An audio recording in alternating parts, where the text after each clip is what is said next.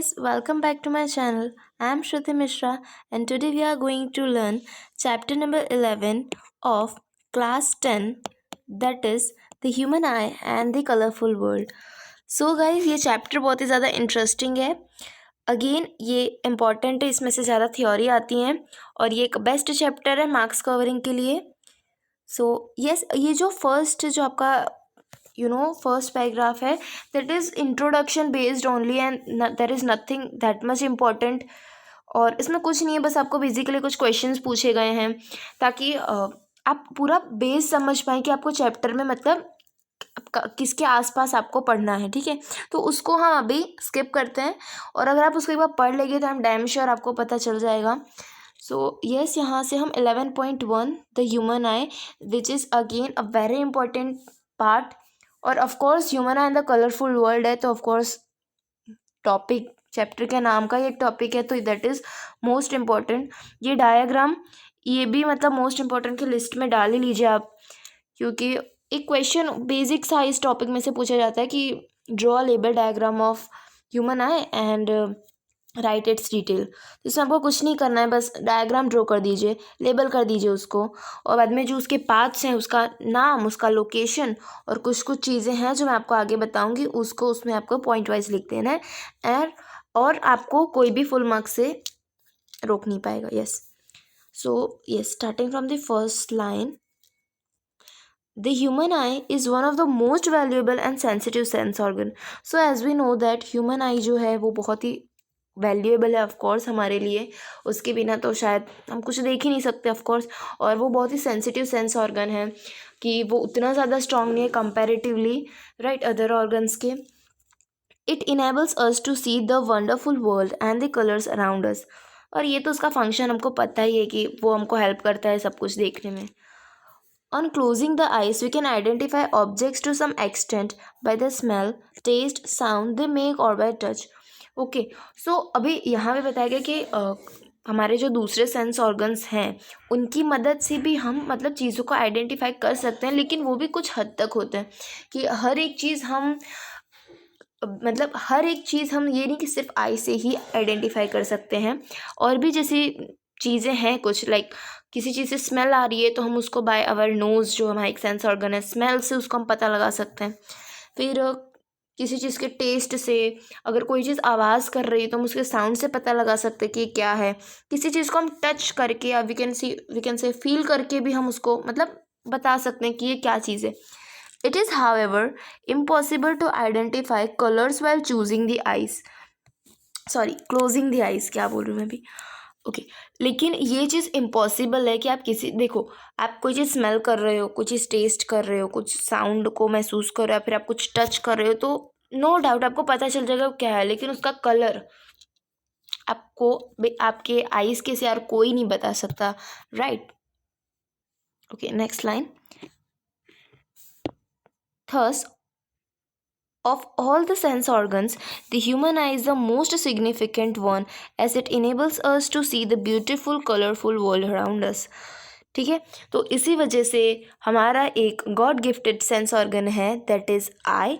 और ये most significant, most valuable, जो भी कह लो, आपको जो कहना है, वो हमको हेल्प करता है इस ब्यूटीफुल से वर्ल्ड को देखने के लिए. तो ये तो भाई सारी होगी उसकी इम्पोर्टेंस की बात.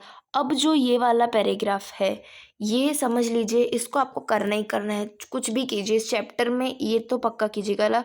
पैराग्राफ बहुत ही ज़्यादा इम्पोर्टेंट है. ठीक है, okay. The human I is like a camera. तो भाई ह्यूमन आई कैमरा की तरह है.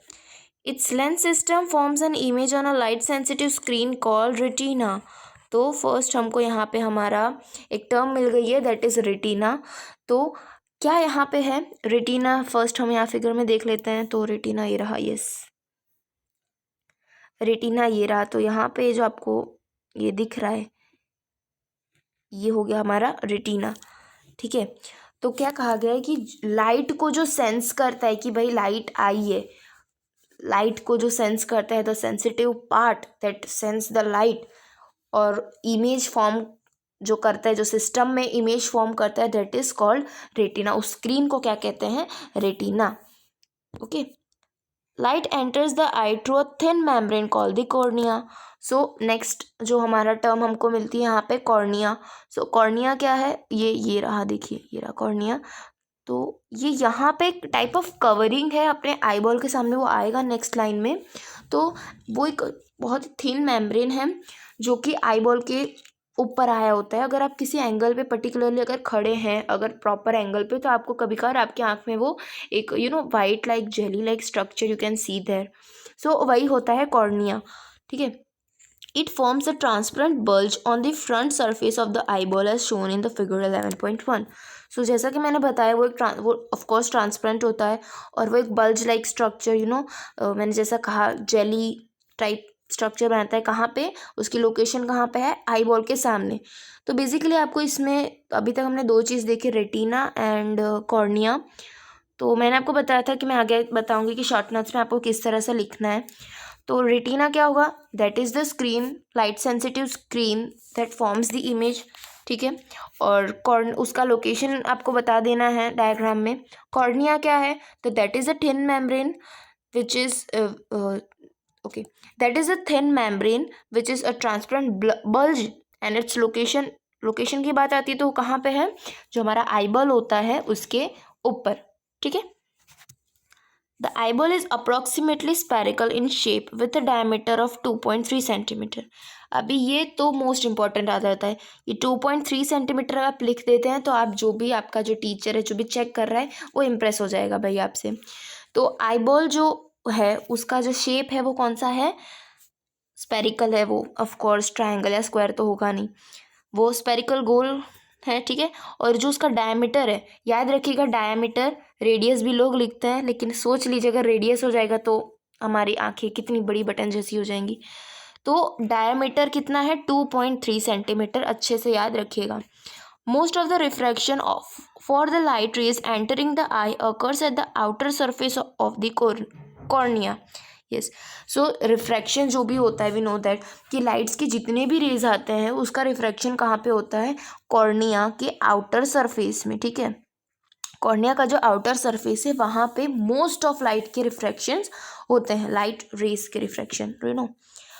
The crystalline lens merely provides a finer adjustment of focal length required to focused object at different distances on retina, ठीक है। तो ये स्टेटमेंट क्या कहता है कि इससे क्या होता है, जो अभी नेक्स्ट फंक्शन है लेंस का, तो लेंस क्या करता है कि एक एडजस्टमेंट प्रोवाइड करता है फोकल लेंथ, जो ऑफ कोर्स हमको रेटिना पे जो इमेज दिखानी है तो उसकी फोकल लेंथ, जैसा कि हमने चैप्टर 10 में हमने पढ़ा है कि उसकी फोकल लेंथ एडजस्ट करने के लिए क्या लगा है यहाँ पे आगे, एक लेंस, जिससे कि स्क्रीन पे हमको इमेज फॉर्म होती दिखे।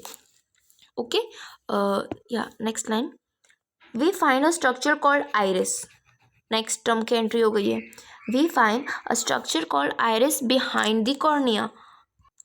ओके, तो एक स्ट्रक्चर है दैट इज कॉर्निया के पीछे जो होता है, कॉर्निया हमने यहाँ पे देखा that is a bulge like transparent membrane, thin membrane. तो ये हो गई भाई हमारी कॉर्निया और आइरिस इसके जस्ट पीछे है, ठीक है। तो ये हो गई आइरिस। सो आइरिस क्या है, अब इसका देखो लोकेशन आ गई कि कॉर्निया के पीछे है। अब इसका हम फंक्शन देखें अगर, तो iris is a dark muscular diaphragm that controls the size of the प्यूपिल। तो आइरिस का काम क्या है कि फर्स्ट तो ये डार्क मस्कुलर मतलब जो भी है डार्क कलर का मस्कुलर स्ट्रक्चर है, ठीक है। और ये इसका वर्क क्या है कि जो प्यूपिल है उसके साइज को कंट्रोल करता है। अब ये कैसे करता है, जैसे आप कभी कभार जैसे कोई दूर की चीज़ आपको देखना है तो कैसे आप अपनी आंखें छोटी कर लेते हैं, राइट, ऐसे श्रिंक कर लेते हैं, यू कैन से दैट। तो वो क्या हो गया, आपकी प्यूपिल की साइज छोटी हुई, तो वो किसके द्वारा हुई, आइरिस के द्वारा। अभी नेक्स्ट मोमेंट अगर नेक्स्ट सीन लें हम, तो जैसे आप कभी शॉक हो जाते हैं तो आपकी आंखें कितनी बड़ी बड़ी हो जाती है, राइट। तो वो साइज अभी कौन कंट्रोल कर रहा है, वो भी आइरिस कर रहा है। तो आइरिस का फंक्शन यही है, ठीक है। Okay, next the pupil, okay, the pupil regulates and controls the amount of light entering the eye. अभी प्यूपिल का क्या काम है कि प्यूपिल क्या करता है, जो अमाउंट ऑफ लाइट की, जितनी आँख में लाइट की ज़रूरत है या फिर जितनी आनी चाहिए, उसका कंट्रोलिंग कौन करता है, प्यूपिल। यहाँ पे ये सारे बहुत इंपॉर्टेंट चीज़ें हैं, हर एक लाइन कह सकते हैं हम कि बहुत इंपॉर्टेंट है। The eye lens forms an inverted real image of the object on the retina. Again ये ट्रू और फॉल्स या ऑब्जेक्टिव टाइप्स क्वेश्चंस में आते हैं कि आई लेंस जो होते हैं, आई लेंस ये किस तरह की इमेज फॉर्म करते हैं। तो दैट इज़ रियल इमेज। कहाँ पे? रेटिना में। ऑफ कोर्स वो एक स्क्रीन है, ये समझ लीजिए कि जैसे हमको पहली लाइन में बताया गया था कि आई क्या है? कैमरा है। तो कैमरा की स्क्रीन है रेटिना, और उसका जो बाहर का लेंस है उसके ऊपर समझ लीजिए एक मेम्ब्रेन, यू कैन से, एक टाइप ऑफ कवरिंग है जिसको हम कॉर्निया कहते हैं। कॉर्निया के पीछे जो अभी एडजस्टमेंट की बात आती है, तो कैमरा में हम जैसे ले लेते हैं अभी फिल्टर्स जैसे हम एडजस्ट करते हैं, तो उसी तरह से प्यूपिल यहाँ पे, सॉरी आइरिस है जो प्यूपिल का साइज कंट्रोल करता है। प्यूपिल क्या करता है कि कितने अमाउंट में लाइट आँख में आनी चाहिए, आइज़ में हमारी आनी चाहिए, उसका कंट्रोलिंग प्यूपिल करता है। Eye lens real, eyes always real image form करती हैं, ठीक है। इतनी अगर चीज़ें आप पॉइंट वाइज लिख देते हैं जितना मैंने बताया, तो मतलब आपकी शॉर्ट नोट को 4 मार्क्स की शॉर्ट नोट होगी तो आपको 10 मार्क्स दे देंगे। ओके, एनीवेज फालतू मजाक छोड़ते हैं। Next line, the retina is a delicate membrane having enormous number of light sensitive sales. तो अभी यहाँ पे रेटिना के बारे में थोड़ा और दिया गया है। ये रेटिना एक ऐसी मेम्ब्रेन है, रेटिना एक ऐसी मेम्ब्रेन है कि जिसके पास लाइट सेंसिटिव सेल्स हैं, ठीक है। जैसे हमने चैप्टर 6 में अगर लाइफ प्रोसेस में आपको याद हो, तो जैसे रीजनरेशन वाला जो पोर्शन था उसमें कैसा था कि रीजनरेटिव सेल्स होते हैं, अलग अलग ऑर्गेनिजम्स थे रीजनरेशन वाले पार्ट में, तो उसमें कैसे सेल्स होते हैं, वैसे ही सेम यहाँ पे रेटिना में भी लाइट सेंसिटिव सेल्स होते हैं, ठीक है। The light sensitive sales gate activated upon illumination and generated electric signals. तो ये जो लाइट सेंसिटिव सेल्स होते हैं कब एक्टिवेट होता है, ये नहीं कि ये मतलब हमेशा वर्किंग मोड में ही रहते हैं। ये कब ऑपरेट होता है वी कैन से, या फिर जनरेट होता है कि जब इलेक्ट्रिक सिग्नल्स का उनको कुछ सिग्नल मिलता है, इलेक्ट्रिक सिग्नल का, वाह, इलेक्ट्रिक सिग्नल का उनको कुछ इंडिकेशन मिलता है तब। This signals are sent to the brain via the optic nerves. तो अभी भाई नई चीज़ आ रही है, ऑप्टिक नर्व्स। ऑप्टिक्स नर्व यहाँ पे आप लास्ट में देख सकते हो, ये रही, ठीक है। तो ये हो गए ऑप्टिक नर्व्स। अभी ये जो लाइट सिग्नल्स जो मैंने बताया कि लाइट सेंसिटिव सेल्स होते हैं इसके पास, और इससे ये इलेक्ट्रिक जो सिग्नल्स होते हैं उसको ये डिटेक्ट कर पाता है।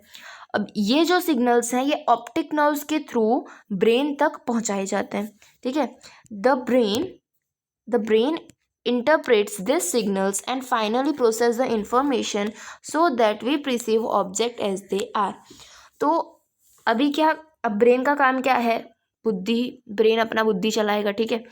तो ब्रेन क्या करेगा, इन सिग्नल को वो प्रोसेस करेगा, जो भी उसका काम है वो प्रोसेस करेगा, और ये प्रोसेस करने के बाद वो इंफॉर्मेशन अगेन भेजेगा, और इससे हमको पता चलेगा कि हम मतलब जो हम देख रहे हैं वो एक्चुअली में है क्या। देखिए आई का क्या है कि वो सिर्फ चीज़ों को देख सकती है, ठीक है। वो हमको ये नहीं बताएगी, जैसे हम अगर एक ट्री देख रहे हैं तो हमको ये नहीं बताएगी कि भाई वो ट्री है, वो सिर्फ देखने का काम करेगी। लेकिन ऑप्टिक नर्व्स के थ्रू ब्रेन हमको बताएगा कि आप जो चीज़ अभी देख रहे हैं उसे हम ट्री कहते हैं, ठीक है। तो ये कन्फ्यूजन रहता है कि आई हमको चीज़ें देखने में मदद करती है, येस नो डाउट वो आपको चीज़ें देखने में मदद करती है, लेकिन वो सिर्फ देखने के लिए होती है, वो आपको चीज़ें बताती नहीं कि ये क्या है, या फिर उसकी कोई इन्फॉर्मेशन आपको नहीं देती है। ओके, सो अभी नेक्स्ट देखते हैं ये डू यू नो। तो इसमें अगर मैं आपको पूरा बता दूं कि इसमें क्या कैसा है, तो इसमें बस ये बताया गया कि अगर विजुअल सिस्टम, जो हमारा आई जो सिस्टम होता है उसको विजुअल सिस्टम भी कहा जाता है। तो विजुअल सिस्टम में जैसे अगर कोई प्रॉब्लम आ रही है, तो कोई भी जैसे स्ट्रक्चर उसमें कोई डिफेक्ट आ रहा है, तो ये बहुत बड़ा लॉस हो सकता है किसी भी ह्यूमन के लिए। वो लाइफ टाइम अपनी जो आई जो देखना चाहता है, उस देखने की जो उसकी एबिलिटी है उसको भी वो लॉस कर सकता है।